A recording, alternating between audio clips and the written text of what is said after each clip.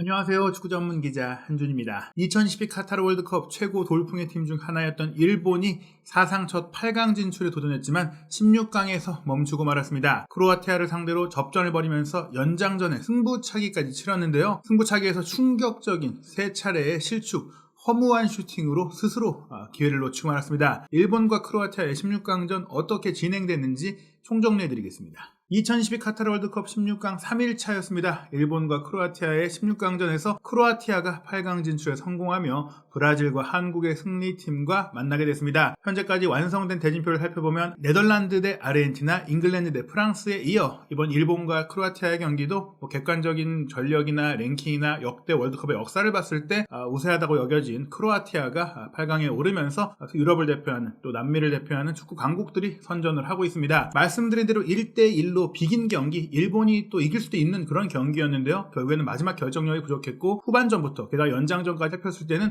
크로아티아의 힘과 수비력을 전혀 공략하지 못한 일본이 조금 어려운 경기를 했어요. 그러다가 승부차기를 오히려 일본이 끌고 가려고 했었는데 막상 승부차기에 돌입했을 때 일본 축구의 에이스라고 할 수 있는 미나미노가 1번 키커로 나섰다가 리바코비치 골키퍼에게 완벽하게 방향을 읽히면서 막혔고, 또 일본의 신성이자 새로운 스타인 미토마의 슈팅도 리바코비치에게 막혔고, 또 일본의 주장인 요시다마의 슈팅까지도 막히면서 크로아티아가 가뿐하게 8강에 올랐습니다. 이날 경기 선발 명단 살펴보면 일본이 조금 변화를 준 것이 독일전도 스페인전도 조커로 투입하면서 결과를 냈던 도안 리치 선수를 선발 출전시키면서 초반부터 강공을 좀 준비한 것이고요. 또 수비라인에는 이타쿠라코 선수가 핵심이었는데 이 선수가 경고 누적 징계로 빠지면서 토미야스 선수가 이제 오른쪽 센터백으로 선발 출전했습니다. 요시다와 토미야스와 더불어 다니구치 선수가 이제 3백을 형성했는데 이타쿠라가 빠지다 보니까 아무래도 상대의 고공 공격에 조금 애를 먹는 모습들이 있었고요. 또 스페인 라리가 활약 중인 쿠보 선수는 근육 부상으로 인해 이번 경기 명단에서 빠진 상태였습니다. 크로아티아 같은 경우에는 좌우 풀백에 문제가 있었죠. 공격 능력이 굉장히 뛰어난 레프트백인 보르나 소사 선수가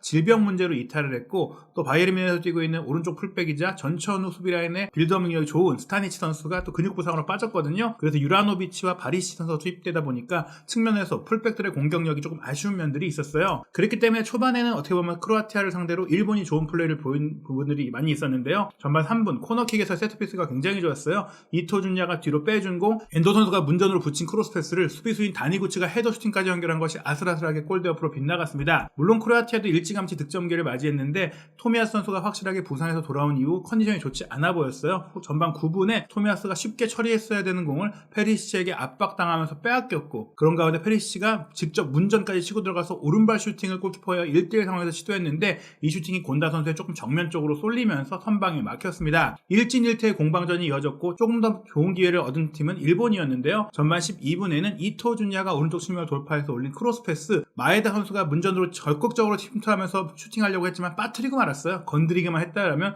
골이 될 수 있는 기회였고요. 전반 41분에는 또 마에다 선수가 뒤로 빼준고 엔도가 스루 패스 넣어주고 카마다가 침투하면서 오른발 가마차기 슈팅을 골키퍼와 1대1 상황에서 시도했는데 크로스바를 넘기는 아쉬운 결정력이 나오고 말았습니다. 하지만 이런 일본의 두드린 전반전의 상황은 선제골로 이어졌는데요. 전반 43분 또 한 번 코너킥 공격에서 올라온 크로스 패스, 문전으로 혼전 상황을 야기했고 흘러나온 공을 마에다가 밀어넣으면서 골이 됐어요. VAR 체크를 통해서 혹시나 옵사이드가 아니었느냐, 다니구치 선수가 좀 앞서 있는 부분이 좀 포착된 것 같기도 했지만 반자동 기술을 통해서 오히려 크로아티아 수비수의 팔이 더 앞에 나왔던 것이 확인이 됐습니다. 전반전 일본이 1대0으로 앞서갔는데 오른쪽 측면 공격이 날카로웠어요. 무엇보다 오른쪽 윙어지만 이번 대회 3백으로 일본이 경기할 때 오른쪽 윙백으로 뛰면서 더 밑에서부터 위쪽으로 올라가며 속도와 돌파력을 보여줬던 이토준야의 활약이 대단했는데요. 아시아 예선부터 잘했던 이토준야의 존재감으로 인해 일본의 전반전 공격 방향을 살펴보면 40.9%가 오른쪽으로 쏠렸다는 걸 볼 수 있습니다. 여기에 후반전에 미토마가 들어오면 오른쪽 왼쪽 함께 공격이 펼쳐지면서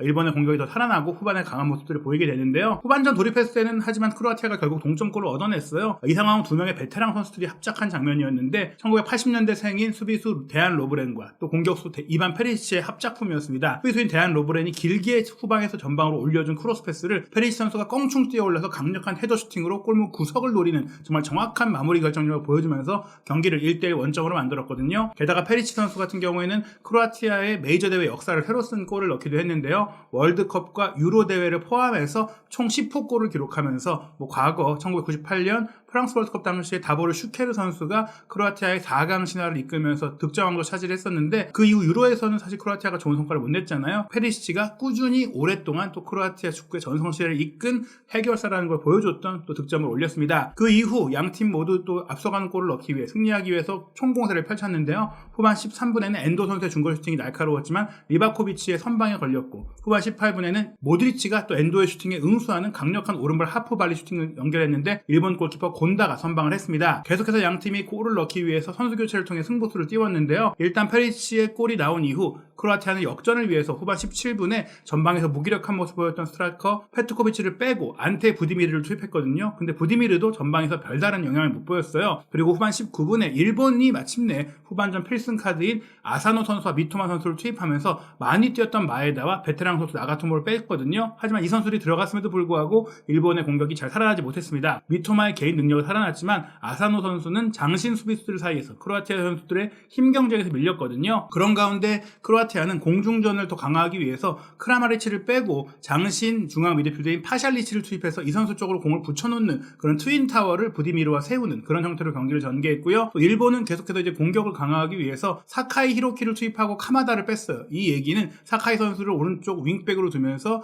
이토준야를 이제 윙백 자리에서 윙어로 끌어올리는 그런 선택이 됐고요. 무력했던 도안리치를 빼고 미나미노 선수까지 투입을 해봤지만 결국에는 정규 시간 안에 추가적인 골이 나오지 않으면서 1대1로 연장전에 돌입을 했습니다. 그리고 연장전에 돌입을 한 상태 역시 크로아티아가 연장전에 강하다는 걸 보여주는 그런 흐름들이 이어지는데요. 일단 워낙 연장전을 많이 치는 팀이에요. 유로 2008의 터키전 8강전, 유로 2016의 포르투갈과 16강전, 2018년 러시아 월드컵 준우승 당시에 덴마크와 16강전, 러시아와 8강전, 잉글랜드와 4강전까지 모두 또 연장전을 치렀었어요. 다만 이제 프랑스와의 결승전만 이제 정규 시간 안에 경기를 하면서 패배를 했었던 바가 있고요. 지난해 여름에 있었던 유로 2022죠. 스페인과 16강전도 연장전 끝에 이제 아쉽게 탈락하는 그런 상황들이 있었는데 어찌됐거나 굉장히 많은 연장전을 치러왔기 때문에 운영에 있어서 노련한 모습 보일 수 있다. 그런 가운데 크로아티아가 연장 전반 9분에 깜짝 놀랄만한 선수 교체를 하게 됩니다. 바로 팀 중원의 핵심이자 팀의 리더인 루카 모드리치를 빼고 또 여기에 코바치치까지 빼면서 로브로 마예르와 니콜라 블라시치를 투입했거든요. 블라시치는 2선 공격수고 마예르는 제2의 모드리치로 불리는 중앙에서의 플레이메이커인데 조금 더 공격을 강화하고 젊고 쌩쌩한 선수를 투입해야겠다는 의지였습니다. 하지만 이 선수들이 들어갔을 때도 별다른 효과를 보이지 못하자 연장 후반전에 시작과 함께 또 한 번의 선수 교체가 진행되는데요. 일본 같은 경우에는 스페인전 결승골의 주인공인 다나카 아오 선수를 투입하면서 모리타를 빼줬고 K리그 팬들에게 친숙한 전남과 울산에서 뛰었던 오르샤 선수가 페리시 대신 교체 투입이 됐습니다. 또 교체를 들어갔던 스트라이커인 부디미르가 너무나 무기력한 모습을 보이다 보니까 또 다른 공격수 마르코 리바야를 투입하면서